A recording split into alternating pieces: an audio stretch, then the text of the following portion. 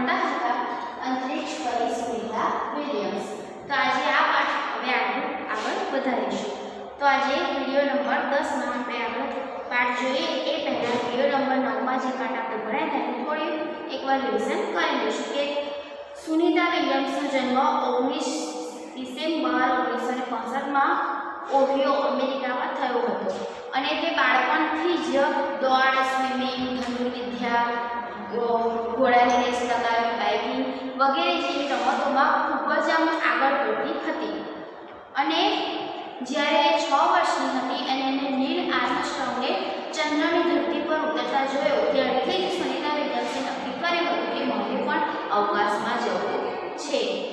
તો ત્યારબાદ ધીરે ધીરે શિક્ષણ પ્રશિક્ષણ લેતી થઈ અને એને નાસા સાથે જોડાઈ। નાસા તમને ખબર છે કે નાસા એ શું છે? તો નાસા એ અમેરિકાની એક અંતરિક્ષ સાથે સંબંધિત બરાબર કે અંતરિક્ષનું બધું જુદી જુદી ખોજ કર્યા કરતો બધી શોધખોળો કરે તેના સંબંધી એક સંસ્થા છે। તો નાસા સાથે સુનિતા વિલિયમ્સ જોડાઈ। હવે આપણે આગળ જોઈશું કે સુનિતા વિલિયમ્સનું થોડું એનું सामाजिक जीवन विषय चर्चा करीશું આજે। सुनीता ने खास मित्र और सहअध्यायी माइकल विलियम्स से शादी की और सुनीता पंड्या से सुनीता विलियम्स बनी। तो सुनीताए तेनो खास मित्र એટલે કે એની જ સાથે કામ કરતા તેનો ખાસ મિત્ર અને સહઅધ્યાયી સહઅધ્યાયીનો મતલબ શું છે?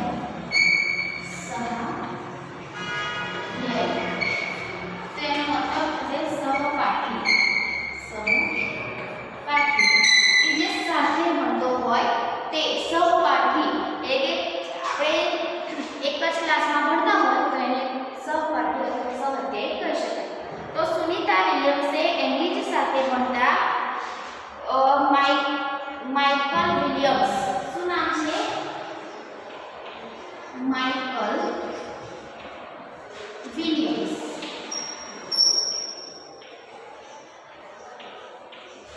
તો સુનિતા વિલિયમ્સે તેની જ સાથે ભણતા માઇકલ વિલિયમ્સ સાથે મેરેજ કર્યો હતો લગ્ન કર્યું અને પછી સુનિતા પંડ્યામાંથી એ શું બની ગઈ? તો સુનિતા વિલિયમ્સ। તમને બધાને ખબર હશે કે લગ્ન થાય એટલે છોકરી હોય એ સસરે જાય એટલે સરનેમ ચેન્જ થઈ જાય છે બરાબર। તો સુનિતા પંડ્યા જે હતી એને માઇકલ વિલિયમ્સ સાથે લગ્ન કર્યું તેથી તે સુનિતા પંડ્યામાંથી સુનિતા વિલિયમ્સ બની ગઈ। माइकल विलियम्स ने सुनीता की सिद्धि में साथ दिया અને સુનિતા વિલિયમ્સના પતિ માઇકલ વિલિયમ્સે એની જે સિદ્ધિ હતી એટલે કે અવકાશયાત્રી બનવું હતું તો એમાં એને ખૂબ જ મદદ કરી। सुनीता को अंतरिक्ष परी बनाने में कल्पना चावला ने ही प्रेरणा स्रोत का काम किया है અને સુનિતા વિલિયમ્સ અંતરિક્ષ પરી બની અથવા તો અંતરિક્ષમાં જઈ શકી તો એમાં સૌથી વધારે એને પ્રેરણા જો કોઈ આપી હોય તો એ છે કલ્પના चावला। पिछले 8 वर्षों में अंतरिक्ष यात्रा पर जाने वाली भारतीय मूल की दूसरी महिला की सकुशल वापसी से लोग राहत की सांस ली। तो छेल्ला 8 वर्षों अंदर अंतरिक्ष में जवा वाली भारतीय महिला એટલે કે ભારતની સ્ત્રી તો એમાં બીજા નંબરમાં સુનિતા વિલિયમ્સ છે। સૌથી પહેલી કલ્પના ચાવલા અને ત્યારબાદ સુનિતા વિલિયમ્સ। તો ભારતની જે મહિલા છે અથવા તો ભારતની બેટી છે જે સુનિતા વિલિયમ્સ એ અંતરિક્ષમાં જઈને જ્યારે પાછી આવી ત્યારે ભારતના લોકોએ રાહતની શ્વાસ એટલે કે હળવાશ અનુભવી। કારણ કે તમને ખબર હશે કે કલ્પના ચાવલા જ્યારે અંતરિક્ષમાં ગઈ હતી અને અંતરિક્ષમાં જઈ ત્યાં એ લોકો ઘણા બધા દિવસો રહ્યા બધી રિસર્ચ કરી અને જ્યારે પાછા આવતા હતા ત્યારે પાછા આવતા એમનું જે અવકાશયાન હતું એની અંદર આગ લાગવાથી એક કલ્પના ચાવલાનું મૃત્યુ થયું હતું। તો એના કારણે બધા લોકો પણ ડરેલા હતા કે ભાઈ આ વખતે તો પણ એવું થશે તો કદાચ સુનિતા વિલિયમ્સને પણ કલ્પના ચાવલા જેવું થાય। તો એટલા માટે જ્યારે સુનિતા વિલિયમ્સ અવકાશમાં જઈને પાછી આવી ત્યારે બધાએ હળવાશ અનુભવી। अपनी वापसी के समय उन्होंने कहा था कि नासा के अभियान में कल्पना के साथ काम करना बेहद सुखद अनुभव था। અને જ્યારે સુનિતા વિલિયમ્સને પૂછવામાં આવ્યું હતું તો એમનું ઇન્ટરવ્યુ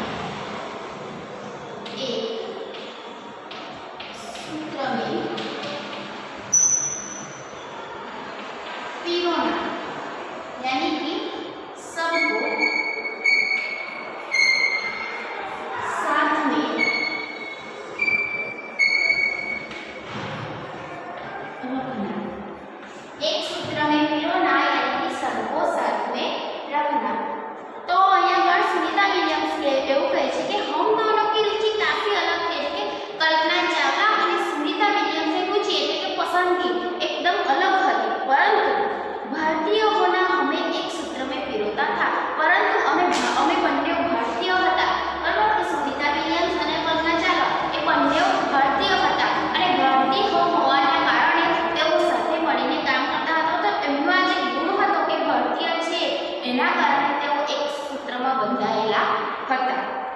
दोनों को भारतीय संगीत से बेहद लगाव था અને બંને જણને કલ્પના ચાવલા અને સુનિતા વિલિયમ્સ બંનેને ભારતીય સંગીતથી ખૂબ જ લગાવ હતો તો બંનેને ભારતીય સંગીત ખૂબ જ ગમતું હતું। कल्पना से मुझे काफी कुछ सीखने को मिला है। सुनीता विलियम्स કહે છે કે કલ્પનાની સાથે રહીને મને ઘણું બધું શીખવાનું મળ્યું। जून 1998 में सुनीता को नासा के लिए चयनित किया गया। तो जून 1998 ની અંદર सुनीता विलियम्स ने नासा ની જે કંપની છે અમેરિકા નાસા કે અંતરિક્ષ સંબંધી સંસ્થા છે તો એમાં જોડાવાનું એને જૂન 1998 માં મોકો મળ્યો। अगस्त 1998 में उन्होंने नासा में प्रशिक्षण आरंभ कर दिया। कड़े परिश्रम के बाद सुनीता खुद अंतरिक्ष यात्रा के लिए तैयार हो गई।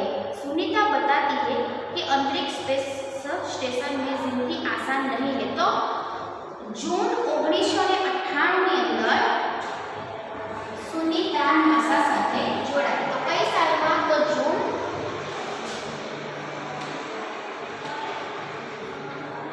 1998 માં સુનિતા વિલિયમ્સ નાસા સાથે જોડાઈ।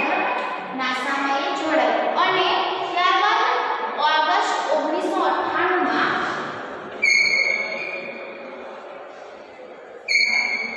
ઓગસ્ટ એટલે કે ઓગસ્ટ 1998 ની અંદર એને નાસાની અંદર પ્રશિક્ષણ આરંભ કર્યું કે અંતરિક્ષમાં કઈ રીતે જવાય, ત્યાં જઈને કેવી રીતે રહેવાનું, કેવું તેનું જીવન કેવું હોય અંતરિક્ષનું એ બધું પ્રશિક્ષણ એને 1998 ઓગસ્ટ 1998 માં શરૂઆત કરી અને એ પહેલા જૂન 1998 માં સુનિતા વિલિયમ્સ નાસા સાથે જોડાઈ અને ત્યારબાદ ઓગસ્ટ 1998 ની અંદર એને પ્રશિક્ષણ એટલે કે અવકાશનું જે શિક્ષણ હતું એ લેવાનું ચાલુ કર્યું। कड़े प्रशिक्षण के बाद सुनीता खुद अंतरिक्ष यात्रा के लिए तैयार हो गई। कड़े यानी कि सख्त,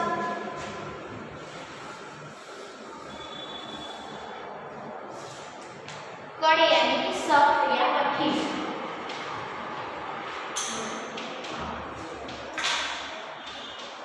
सख्त कठिन આપણે ગુજરાતીમાં એને બહુ અઘરું છે કે આ કામ હવે બહુ અઘરું છે એવું આપણે ગુજરાતીમાં એને કહી શકીએ છીએ। તો कड़े प्रशिक्षण के बाद सुनीता खुद अंतरिक्ष यात्रा के लिए तैयार हो गई અને ખૂબ જ મહેનત કરી અથવા તો બહુ જ અઘરું પ્રશિક્ષણ એને મેળવ્યું અને ત્યારબાદ સુનિતા વિલિયમ્સ અવકાશ यात्रा કરવા માટે તૈયાર થઈ ગઈ। सुनीता बताती है कि अंतरिक्ष स्पेस स्टेशन में जिंदगी आसान नहीं है અને सुनीता કહે છે કે ત્યાં આગળ અંતરિક્ષમાં જવું ત્યાં આગળનું જીવન એ આસાન નથી એટલે કે ખૂબ જ અઘરું છે। खाने से लेकर नहाने तक यह सब कुछ कठिन है। तो खावाથી લઈને નહાવાનું, ધોવાનું, બ્રશ કરવાનું એ બધું જ અહીંયા આગળ બહુ અઘરું છે। लौटने में मुश्किल होती है। आरंभ में चलने फिरने में भी दिक्कत होती है। तो दिक्कत એટલે તકલીફ।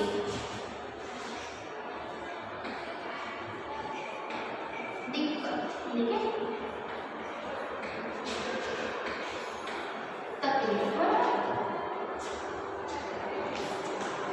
तो सुनीता एना जे अवकाशમાં જઈને આવી તો એનો અનુભવ પરથી સુનિતા કહે છે કે ત્યાં આગળ રહેવું ત્યાંનું જીવન એ ખૂબ જ અઘરું છે। ત્યાં આગળ નવા ધોવાથી લઈને ખાવા સુધી બધામાં તકલીફ પડે છે અને એવું કહે છે કે પહેલા જ્યારે આપણે જઈએ તો ત્યાં આગળ ચાલવું આપણા માટે બહુ મુશ્કેલ છે।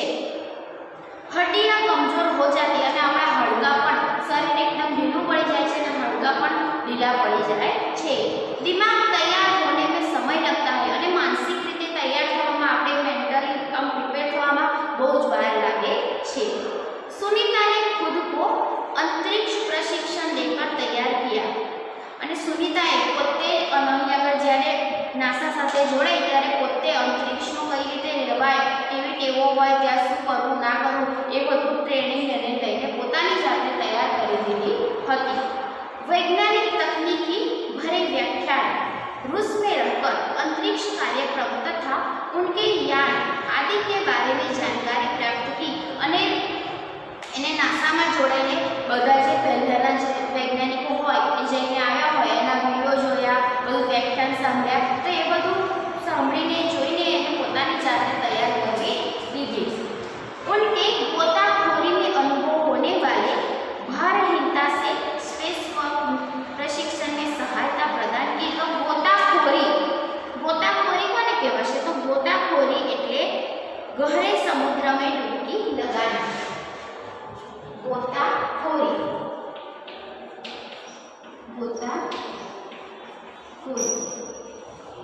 तो गहरे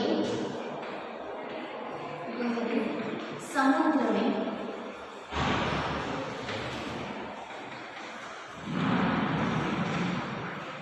डुबकी लगाना।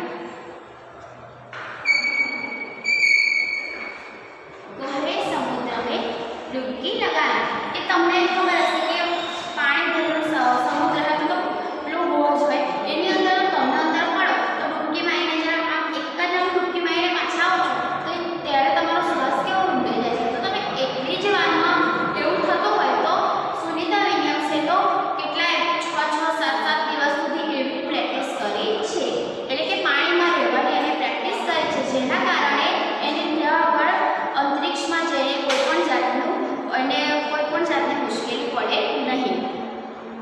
અને આ ગોતાખોરી એટલે કે ગહરે સમુદ્રમાં ડૂબકી લગાડે તો પાણીની અંદર કઈ રીતે રહેવું એનો એને અનુભવ અહીં પૃથ્વી પર કરેલો, એના કારણે ત્યાં આગળ જઈને સ્પેસ વોક એટલે કે અંતરિક્ષમાં ચાલવાનું, બરાબર, અંતરિક્ષમાં ચાલવાનું એના માટે સરળ પડી ગયું। अंतरिक्ष यात्रा के संदर्भ में बहुत सी वैज्ञानिक जानकारियां और मुश्किलों के बारे में जाना।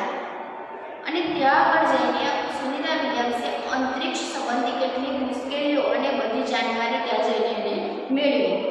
वे अंतरिक्ष के संभावित खतरों से खेलने के लिए पूर्णतः तैयार हो चुके। पूर्णतः એટલે સંપૂર્ણ। તો તે સુનિતા વિલિયમ્સ હવે અંતરિક્ષમાં જઈને ત્યાં આગળ શું મુશ્કેલી પડશે, ત્યાં આગળ કેવું ખતરો એટલે કે કેવી મુસીબતો આવશે, તો આમ કોઈ ડરાવની વસ્તુ કહી શકાય છે, તો શું ત્યાં આગળ ખરેખર દુઃખ પડશે અથવા તો ખરેખર જે અઘરી વસ્તુ ત્યાં શું થશે એનો બધું એને ટ્રેનિંગ મેળવી લીધી છે।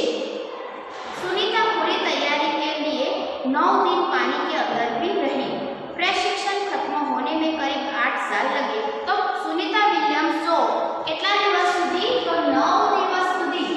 કેટલા દિવસ? સુનિતા વિલિયમ્સ 9 દિવસ સુધી પાણીની અંદર જ રહી કે જેના કારણે અહીંયા એને બધું જોયેલું હોય, જાણેલું હોય કે શું કરવાનું, તો ત્યાં જઈને અંતરિક્ષમાં જઈને એને કોઈ પણ પ્રકારની તકલીફ પડે નહીં, એટલા માટે 9 દિવસ સુધી પાણીની અંદર જ રહી। તો વિદ્યાર્થી મિત્રો, આજે આપણે આ વિડીયોમાં પાઠ આટલો જ જોયો।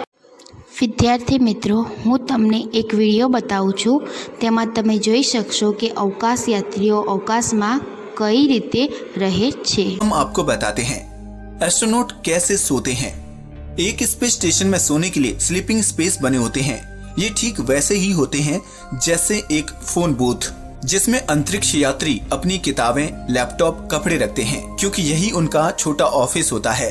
एस्ट्रोनॉट सोने के लिए खुद को एक स्लीपिंग बैग के अंदर पैक करते हैं। पैक होना इसलिए भी जरूरी होता है कि जिससे एस्ट्रोनॉट का शरीर एक जगह पर रहे। अंतरिक्ष की सुबह। अब बात करते हैं अंतरिक्ष में स्पेस स्टेशन के सुबह की। जैसे हम धरती पर सुबह उठकर सबसे पहले फ्रेश होने बाथरूम जाते हैं, ब्रश करते हैं, ठीक उसी तरह एस्ट्रोनॉट भी यही रूटीन अंतरिक्ष में फॉलो करते हैं।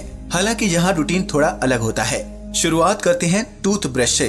इसके लिए वहाँ बाथरूम बना होता है और एक किट मौजूद होती है जिसमें ब्रश और टूथपेस्ट जैसी जरूरी चीजें होती हैं। ब्रश करने के लिए सबसे पहले पेस्ट को ब्रश में लगाना होता है। सारी चीजें तैरती रहती हैं, लेकिन पेस्ट स्टिकी होने के कारण हवा में नहीं तैरता। ब्रश में पेस्ट लगाने के बाद पानी के लिए वाटर किट का इस्तेमाल करते हैं। इस किट से पानी भी लिक्विड फॉर्म में नहीं बल्कि बबल की तरह बाहर आकर तैरने लगता है, जिसे एस्ट्रोनॉट को पीना होता है। वैसे तो हम ब्रश करने के बाद उसे थूक देते हैं, लेकिन स्पेस स्टेशन में इसके दो ऑप्शन होते हैं, या तो आप पेस्ट निगल जाएं या फिर टॉवल पेपर में थूक दें। कैसे होते हैं फ्रेश? यहाँ के बाथरूम में एक पाइप लगा होता है जिसका कलर पीला होता है। नंबर 2 जाने के लिए बहुत छोटी सी सीट बनी होती है। इस सीट में आपको सही से खुद को फिट करना जरूरी होता है। अंतरिक्ष में स्पेस स्टेशन में पानी का इस्तेमाल कम से कम करना होता है, इसलिए सफाई के लिए टॉवल या नैपकिन का इस्तेमाल किया जाता है। कैसे करते हैं ब्रेकफास्ट? स्पेस स्टेशन में ब्रेकफास्ट के लिए घर की तरह एक किचन होता है, जहां खाने की सारी चीजें डिहाइड्रेट फॉर्म में होती हैं। यहाँ आपको खाने में अंडा, मीट, सब्जियां, ब्रेड, स्नैक्स जैसी सभी वैरायटी मिलेंगी।